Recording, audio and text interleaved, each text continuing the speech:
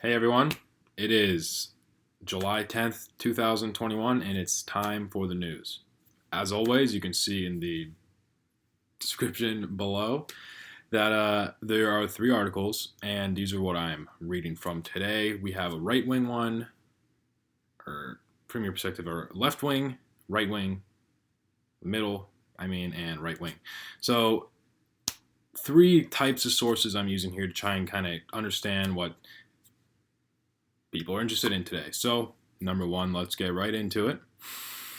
We are going to start with our middle source today, and that is, as always, I source from Breitbart. It is the national interest. No, I'm sorry, it's not from Breitbart, guys. I don't know why I just said that. But today we're looking at national interest. I'm going to have the link below. Headline is Why Russia and China Are Cooperating More Than Ever. The subheadline By forming an alliance of democracies against authoritarian states, China and Russia in mind, Washington and Brussels should be aware that they might well leave no other option than cooperate more closely with China.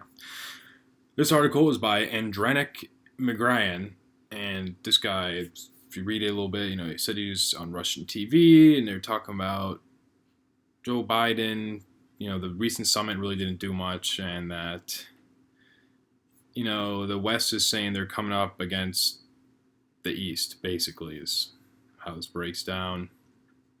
But what's important to note here is that we see China's investing a lot in Africa, Latin America. We know they're buying up land in the United States, so China's really branching out. That's not news in and of itself. But what could be news is really seeing China and Russia working together again against us. Do I think that they could work together? Yes. Russia says they don't cyber attack us or interfere with our elections. That's a lie, but also that's really not to any. It's not to an extent that actually changes things. You got to remember, guys, in America, the average person makes like $50,000 a year. In Russia, the average person makes like $4,000 a year. So comparing the United States and Russia is really almost far-fetched. So these countries we're coming up against, this isn't worrisome news to me.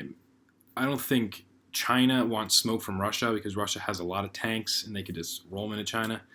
And I don't think Russia wants smoke from China because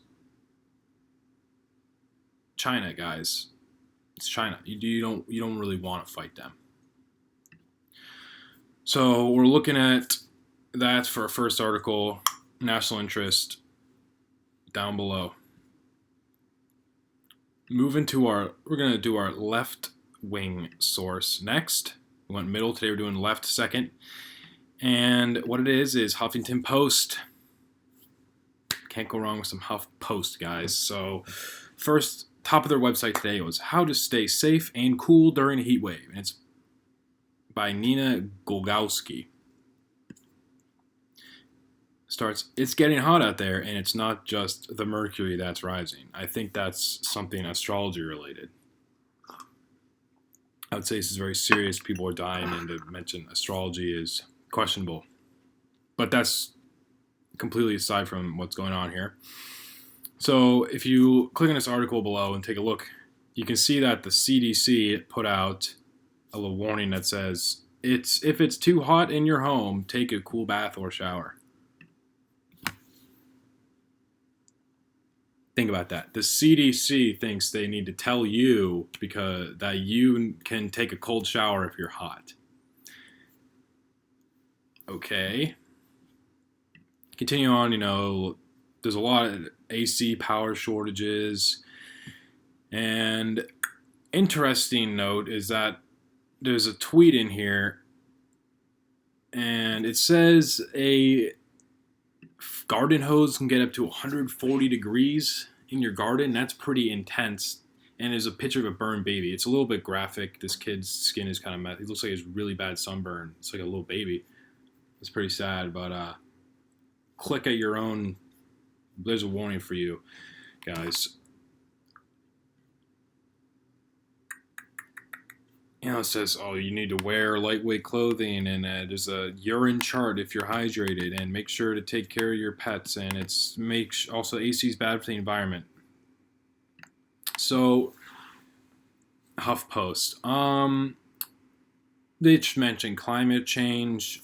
I don't know, it's July, it gets hot.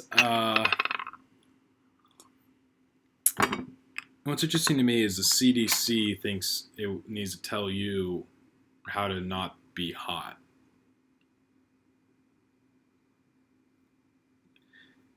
I don't not know that, guy. I don't know. Can you guys comment below right now if you didn't know that before watching this and me telling you what the CDC said, or were you clicking on the article? Comment right now. Did you know that cold baths and showers would cool you down?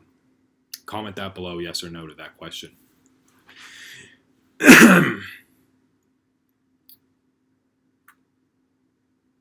I don't know much else to say about this one, but if it's really hot where you are, stay in the shade.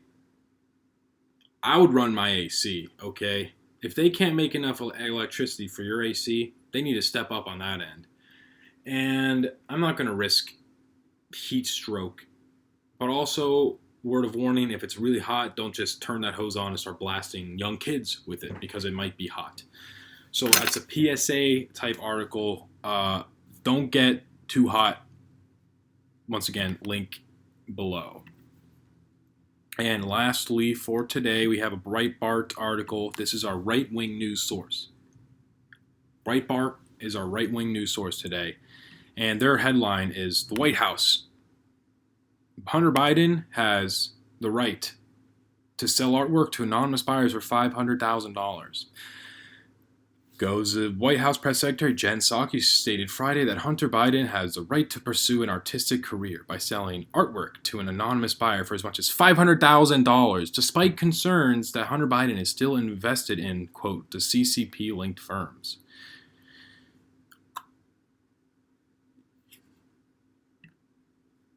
Dang, guys, a lot. Moving on. They want to... Joe Biden's son who is an art dealer, Georges Berger, who links to China himself. Okay. Berger is holding an art exhibition where this is in fall, that Hunter's art is expected to sell for $75,000 to $500,000. It's prompted ethics concerns, striking deals with Chinese officials. Yeah, and he also did the Ukrainian oligarch and all that. His 3 laptops. This is Hunter Biden trying to sell art. Moving on. This is mainly gripped up by the right-wing media as this is a money laundering scheme. As I have experience in AML, and it's a friends who do it. Art is a great way to launder your money. I could say, oh, this lighter, this is abstract art. It represents the industrialistic addiction of society. It's $1 million. But really, I'm selling you, I don't know. I'm just going to give the money right back to you or something like that. I'm just going to give it back to you. So you bought art with your $1 million to get this lighter.